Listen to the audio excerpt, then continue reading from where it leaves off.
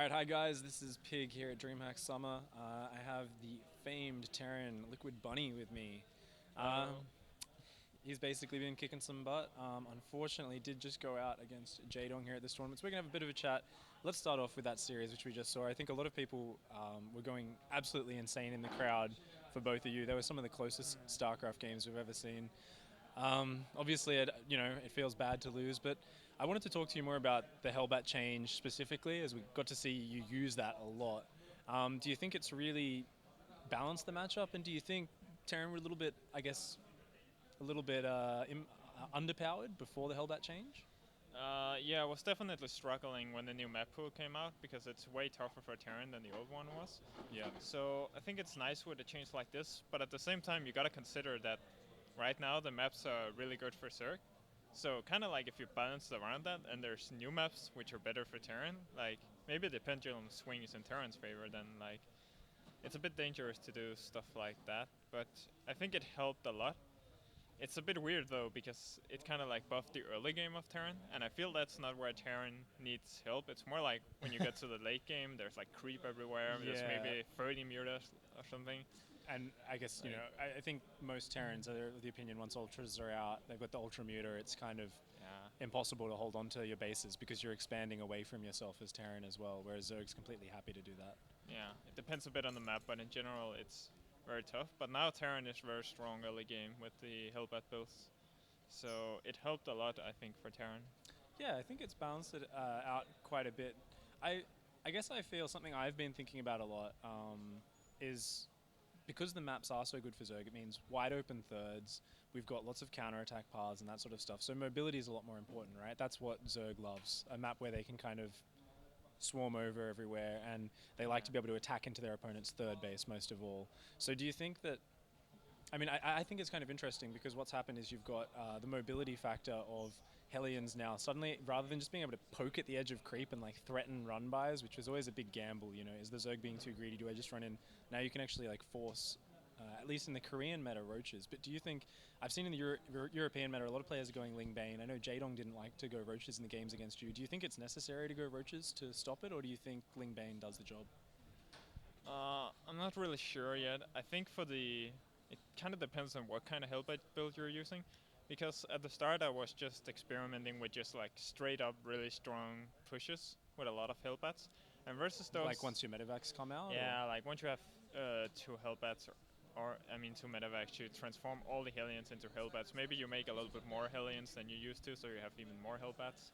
Or I was also experimenting with like Marauder Hellbat timings, and versus that stuff, the banelings are cool.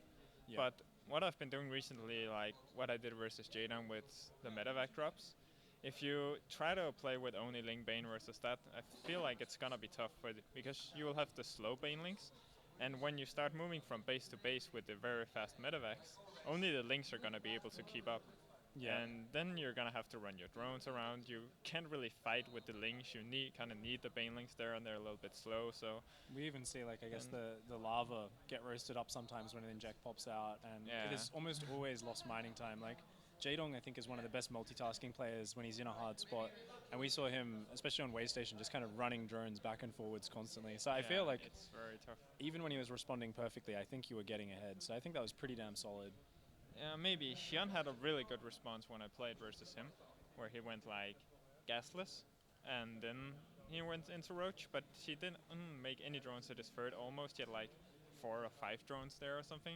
And then he just had all his units split up really well. He didn't commit too much to defending at his third, kind of delayed droning there a lot, so he didn't have to defend that many places. And that worked out really well for him. So maybe Cirques is still figuring stuff out. Did Hyun go into upgraded Roach play from that? Yeah, he went like mass roach push because when you do that build as turn, your infrastructure is very bad. Like you're staying on reactor starport and Yep. factory and one barracks for ages, so it's kind of hard to defend a follow-up push from there. So I think his response there is I guess one of the almost like a hard counter to the build in Yeah, some it's not really a hard counter, but it's basically preparing for it very heavily, like slowing down his droning a lot, getting the roaches out really early.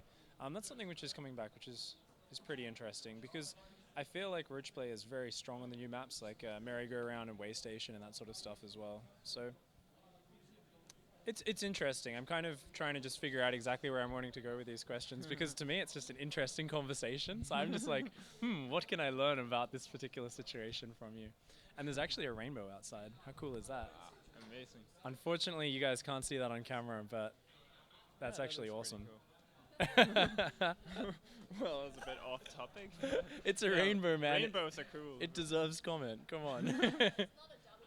It's not a double rainbow, so we won't lose ourselves. Yeah, I think it's pretty cool. I think you showed some really strong play. You showed in your games a really aggressive style, which I normally only see Koreans do. I normally see European Terrans much more focused on clearing creep once it hits the mid and late game and doing slower frontal pushes, but you were very much focused on constantly dropping down the sides of the map and using those opportunities to kind of dart in. Were you doing that because you felt pressured to kind of finish the game quickly, or is that something you just like to do as a standard TVZ? Yeah, that is actually true. I was feeling a bit pressured in those games. Like, I was a little bit nervous, and sometimes when you play tournaments and you get ahead, you just want to push for the win, right? Exactly. And that's kind of where you're digging your own grave sometimes, because if you're not really comfortable with that sort of style and haven't practiced it too much, it's very hard to pull off. Yeah. I think I still did pretty good in the game 2 versus Jadang on Habitation. Like, it was definitely really close.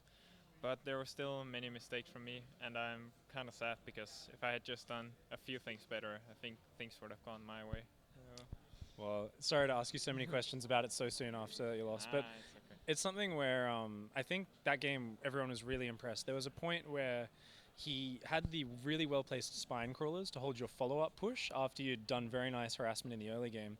And after that, it looked like Jaedong was actually in the lead for quite a while, but your multi-prong aggression was actually insane. It kept catching him out of position. You kept like maybe getting a bad engagement, but your drop in the main base would kill a lot of drones. So it's always the hardest situation to look at that, because you can say, I could have maybe done this a bit better, but at the same time, you're doing this sort of style which forces mistakes out of your opponent as well.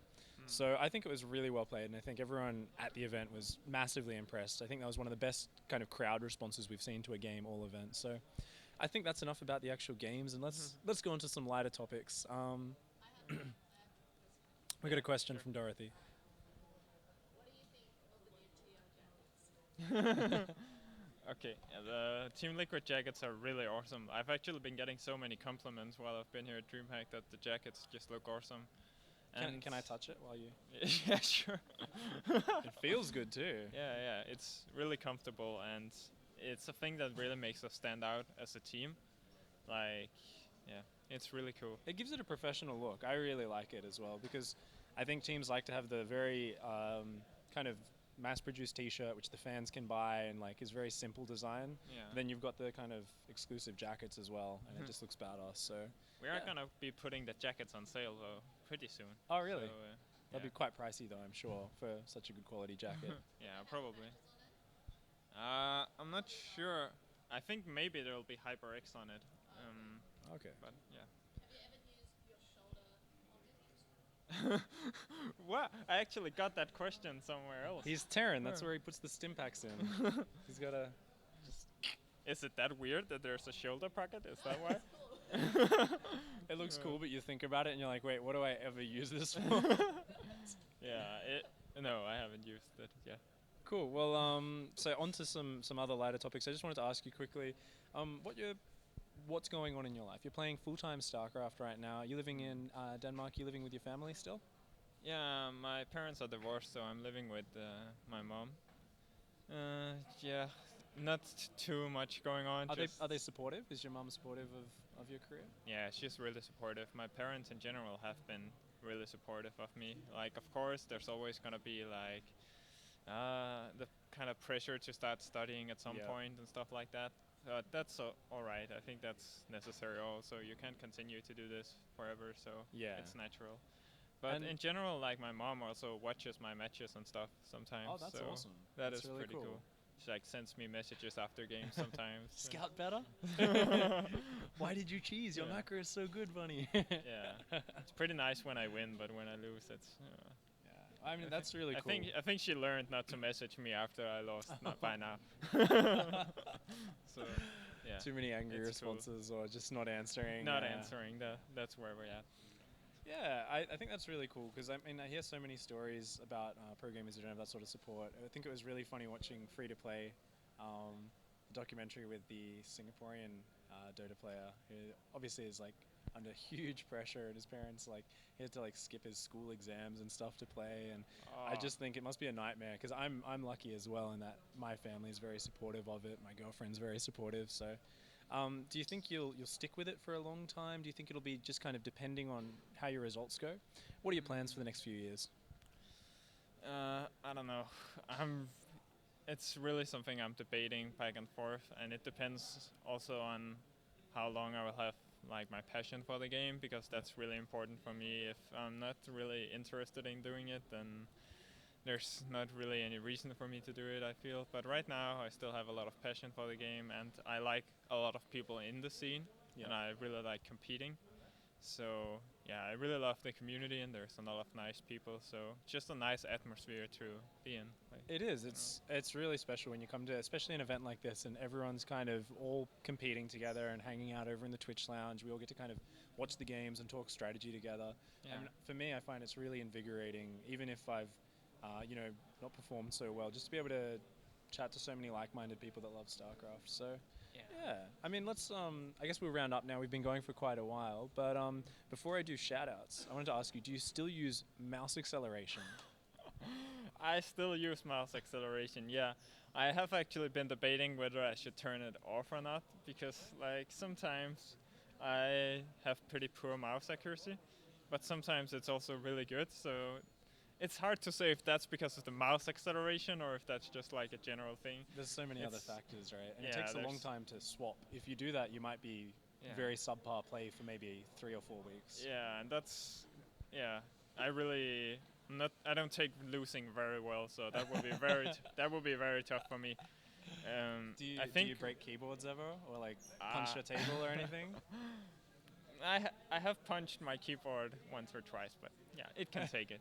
But today I was able to hit all my clicks right. I actually had some really good focus fire versus Janong, I thought. Yeah, you versus did. the Banelings, so there was like on habitation, you had like 10 Marines and you see like 6 Banelings coming at you and you're like, yeah, let's run at them, and you focus them all down. I was just like, I think I missed one actually, and it just like blew up. And I think you lost maybe about half the Marines there, and then the rest were left on red life. But still, it was pretty damn impressive, and I think it was still a positive trade when you think about how much a Baneling costs. Yeah, it's so manly though, making that decision. Like you're surrounded by links, there's Baneling coming. Like you don't load up. You're like, yeah, I think I can hit all the Banelings, and then there's like one Baneling that doesn't die, and you like all your Marines die. So. That's awesome. I used to always think of 4GG when I saw that micro, but I think after today I'll think of you whenever I see it. And I'm like, Chilo actually refers to that as the bunny target fire. The bunny target fire. So you're definitely the main guy with it. Well, awesome. Thanks heaps for the interview, man. It's been enlightening and awesome, and to watch you play and hear your thoughts. So any shout-outs before we let you go? Yeah, shout out to my team for always supporting me. Shout out to the sponsors, Shiny Things, Barracuda Networks, Twitch, Razer, HyperX, Need for Seed. And yeah, so the team has been so good. Like there's always so much support, like managers getting me drinks and food and stuff while playing, and just everything is so sorted out. So yeah, it's awesome. And thanks for everyone for cheering for me. So. Awesome. Lucky guy to be on such an awesome team as Team Liquid. Well, thanks for the interview, man. Thanks for watching, guys. Don't forget to like and subscribe to the channel for more StarCraft content, and goodbye for now.